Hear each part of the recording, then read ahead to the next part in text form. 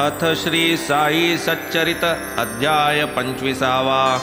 श्री गणेशाय नमः। श्री सरस्वत्यै नमः। श्री गुरुभ्यो नमः। श्री कुलदेवतायै नमः। श्री सीतारामचंद्राभ्यां नमः। श्री सद्गुरु साई नाथाय नमः। साई महाराज कृपा सागर, साक्षात ईश्वरी अवतार, पूर्ण ब्रह्म महान योगेश्वर, साष्टांग नमस्कार तयांसी। जय जयाजी संत ललामा, मंगलधामा आत्मा रामा, साई समर्था भक्त विश्रामा, पूर्ण कामा तुझ नमो। पूर्वाध्यायी निरूपण, थट्टा विनोद परिशीलन, परिहास साई भक्त भावन, भक्तरंजन नित्य करी। साई परम दयामूर्ती, एक पाहिजे अनन्य भक्ती, भक्त श्रद्धाळू आणि भावार्थी, इच्छितार्थी ना न्यून। सद्गुरु तोची माझी मूर्ती, कृष्ण बोले उद्धवा प्रती, ऐसा सद्गुरु भजावा प्रीती, अनन्य भक्ती या नाव।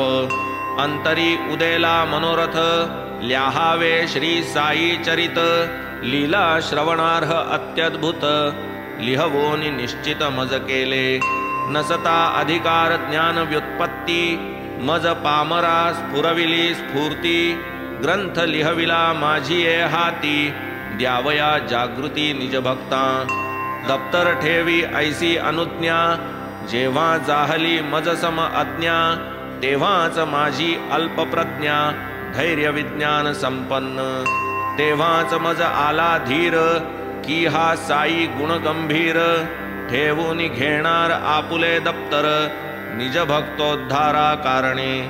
ना तरी हा वाग्विलास, होते काय मज हे साहस, संत चरण प्रसाद पायस, चरित सुधारस हा ऐसा।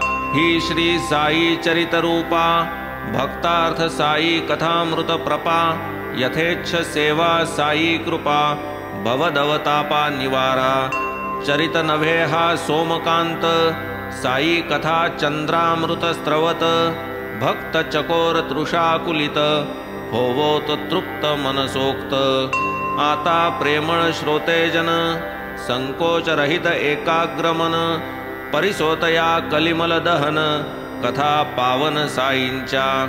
जडली एकदा अनन्य निष्ठा, की त्या भक्ताच्या सकळ अनिष्टा, वारूनी अर्पितो तया अभीष्टा, तयाचे कष्टा निवारी। ये अर्थीची एक वार्ता, दावील साईंची भक्तवत्सलता, श्रोती परिसता ती सादरता, आनंद चित्ता होईल। तरी लावूनिया जीव, कथा ऐकाही अभिनव, पटेल मनास अनुभव, कैसी दयार्णव गुरुमाय। कथा जरीही बहुतोकडी, अर्थावबोधे अति चोखडी, अवधान दीजे एक घडी, सरतील साकडी बाजूला। अहमदनगरचे सुखवस्त, कासार एक धनवंत, दामू अण्णा नामे भक्त, पदीजे अनुरक्त साईंच्या। तया परम भक्ताची कथा, आनंद होईल श्रवण करिता, भक्त रक्षण तत्परता, दिसेल प्रत्यक्षता साईंची। रामनवमी वार्षिकोत्सवी, मोठी दोन निशाणे नवी, निघती मिरवीत शिर्डी गावी, आहेत ठावी तत्रस्था। त्यातील एक निमोणकरांचे, दुसरे या दामू अण्णांचे, नेम हे त्यांचे कैक वर्षांचे, भक्तिप्रेमाचे अव्याहत। दोन स्त्रिया दामू अण्णास, पुत्र संतती नव्हती त्यास, लाधूनि साईंच्या आशीर्वादास, पुत्ररत्नास पावले।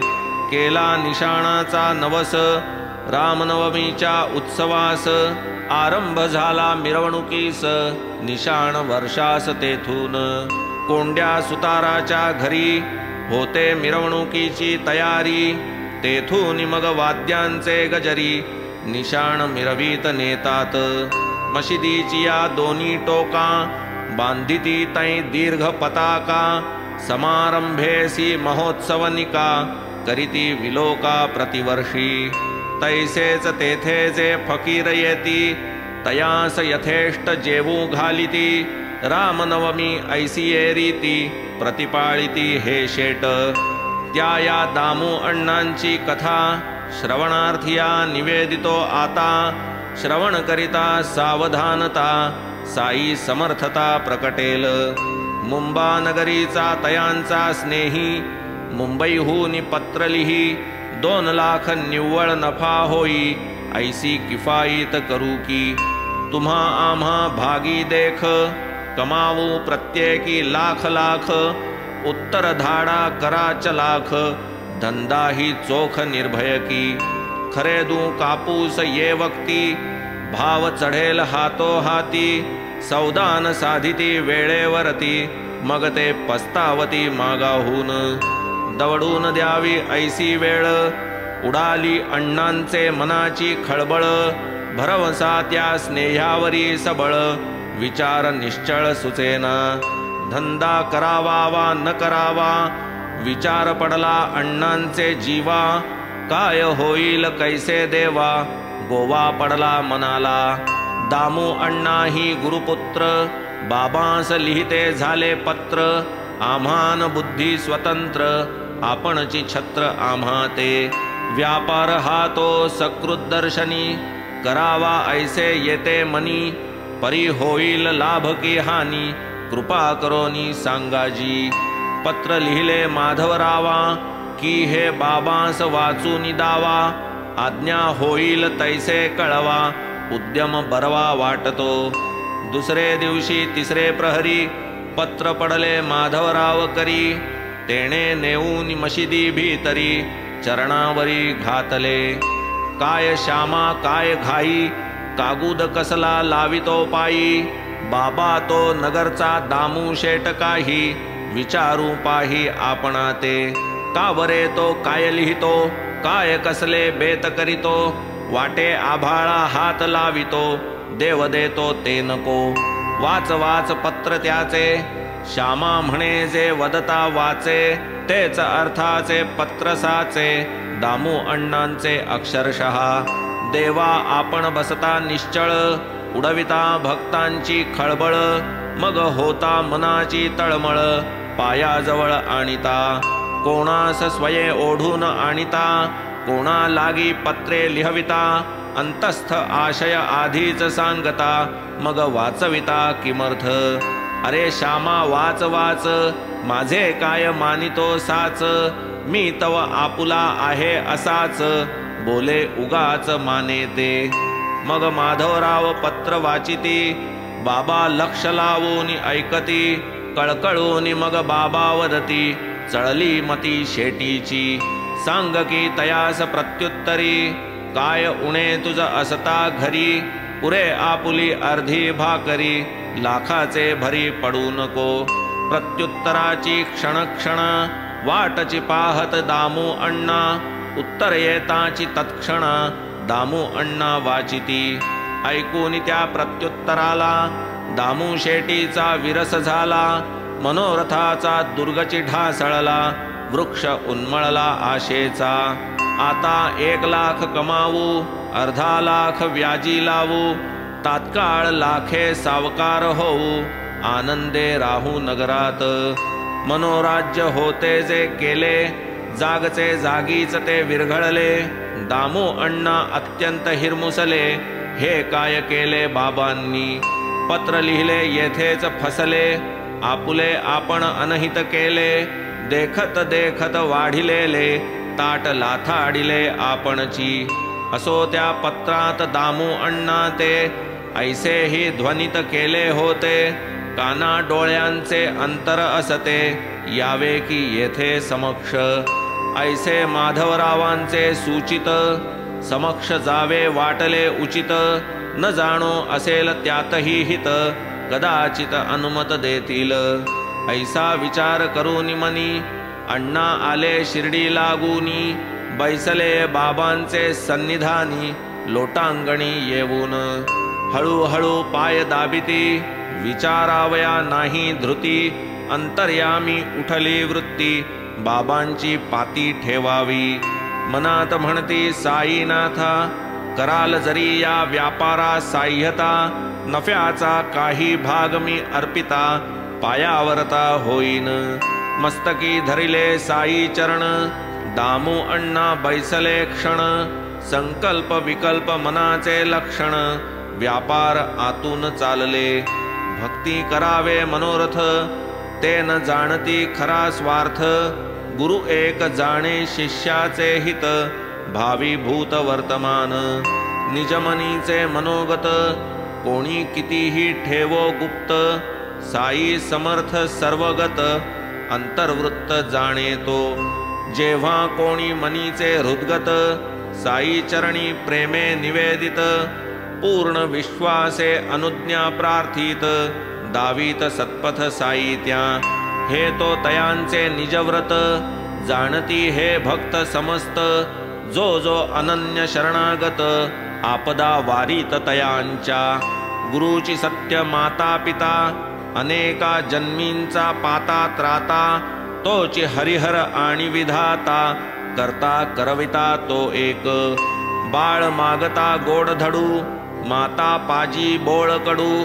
बाळ तडफडू वारडू, प्रेम निवाडू हा ऐसा.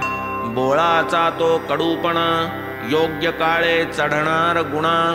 बाळ काय जाणे त्या लक्षणा, मातेच्या खुणा मातेस. अण्णा जरी ठेविती पाती, बाबा काय तेणे भुलती. लाभे विण तयांची प्रीती, निज भक्त हिती तत्पर.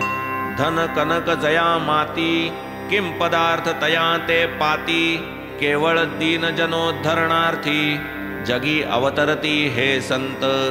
यम नियम शमदम संपन्न, माया मात्सर्य दोष विहीन. केवळ परानुग्रह प्रयोजन, जयाचे जीवन तो संत. दामू अण्णांची ही पाती, मनीचे मनी गुप्त होती. बाबा प्रकट उत्तर देती, सादर वृत्ती परिसावे. जीव मात्राचे मनोगत, बाबांस सकळ अवगत. वर्तमान भविष्य भूत, जैसा करतलगत आमलक. निज भक्ताची भावी स्थिती, समस्त ठावी बाबा प्रती.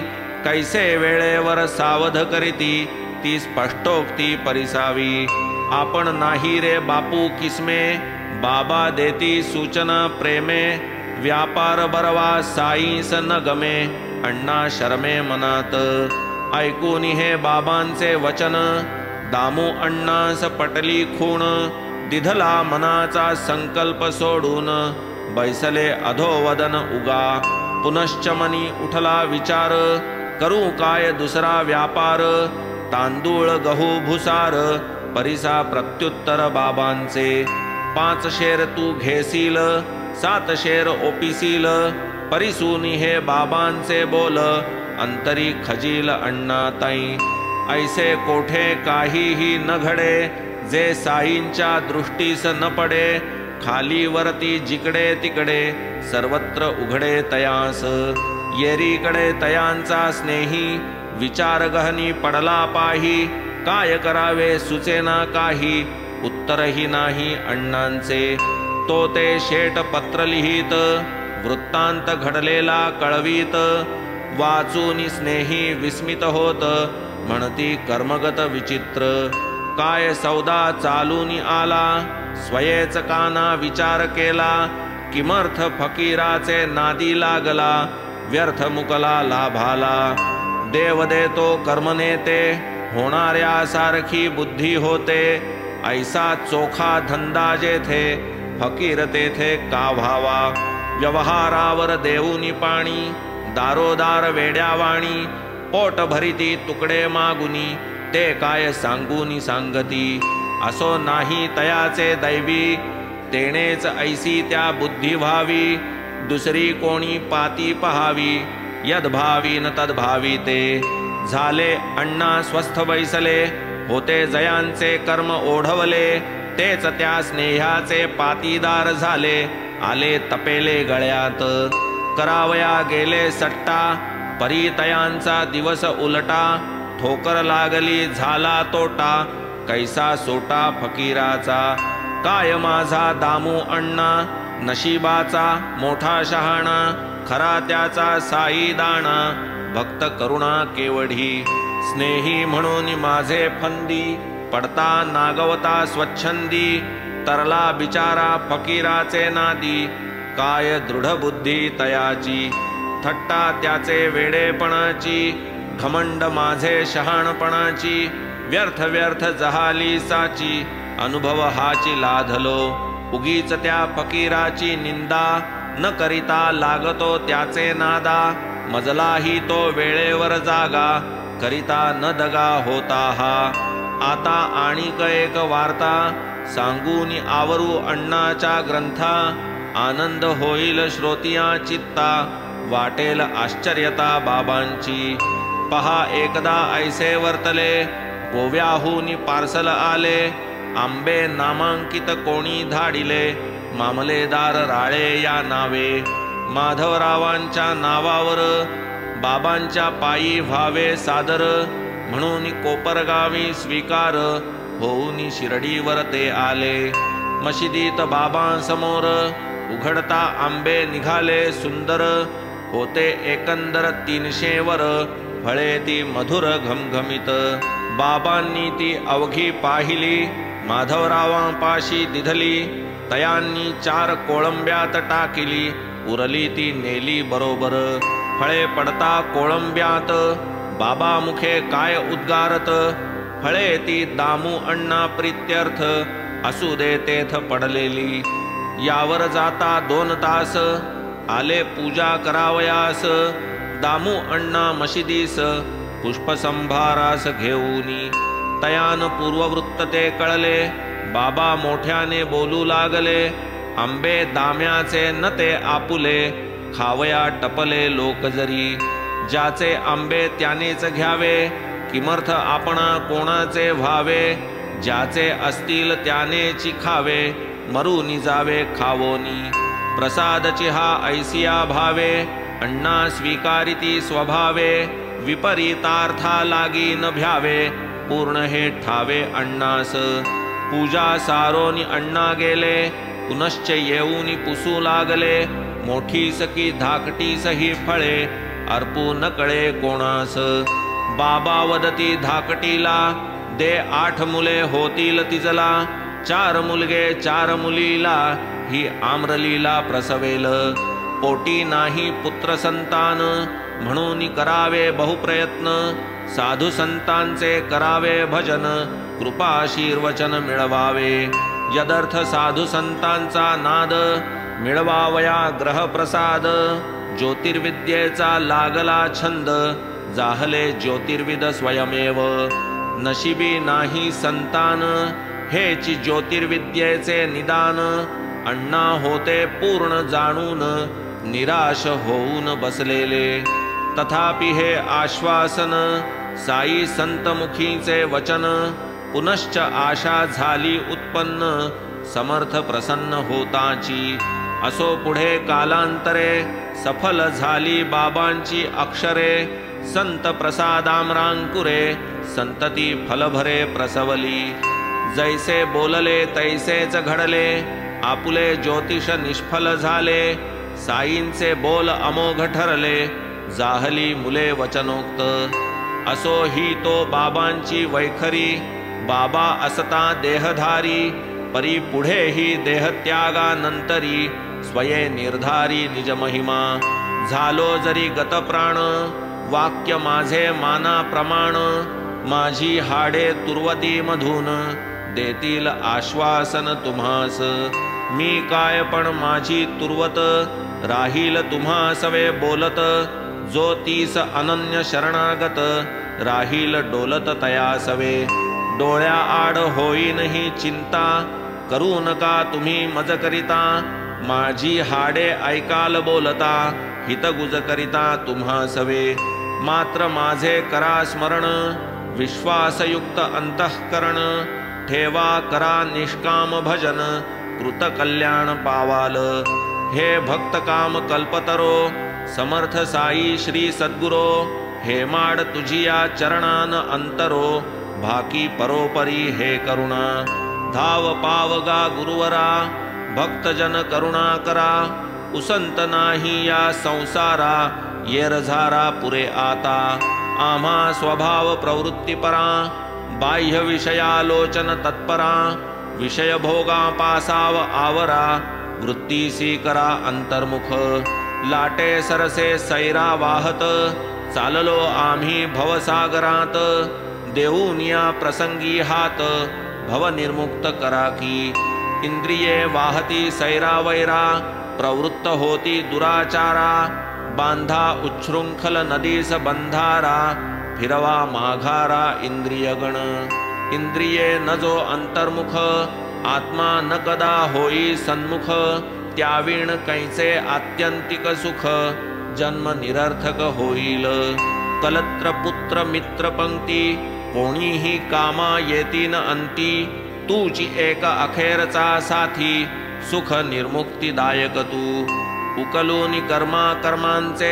जाळे करी एक वेळ दुःखा वेगळे उद्धरी हे दीन दुबळे कृपा बळे महाराजा वादावादी इतर अवकळा कृपा बळे समूळ निर्दळा रसनेस लागो नामाचा चाळा सुनिर्मळा साई राया ऐसे देई प्रेम मना घालवी संकल्प विकल्पांना विसरवी देह गेह भाना माझा मीपणाही दवडी घडो तुझे नामस्मरण व्हावी न इतर आठवण यावे मनासी निश्चलपण चंचलपण नातळो त्वा आम्हा धरिता पोटाशी मावळेल अज्ञानतम निशी सुखे नांदू तुझिया प्रकाशी उणे आम्हासी कायसे तुवा हे जे आम्हा प्रत पाजिले निज चरितामृत थापटो निजे केले जागृत हे काय सुकृत सामान्य